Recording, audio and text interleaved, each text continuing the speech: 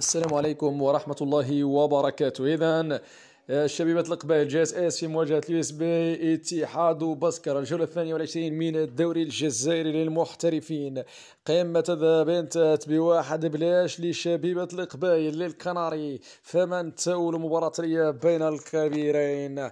إذا هنا مقابلات شبيبة القبائل 3 انتصارات وتعادلين، في حين اتحاد بسكرة تعادلين هزيمتين وانتصار في آخر 5 مواجهات، أما في آخر 3 مواجهات مباشرة تعادل وانتصار لكل فريق، وبالتالي الكفة متساوية.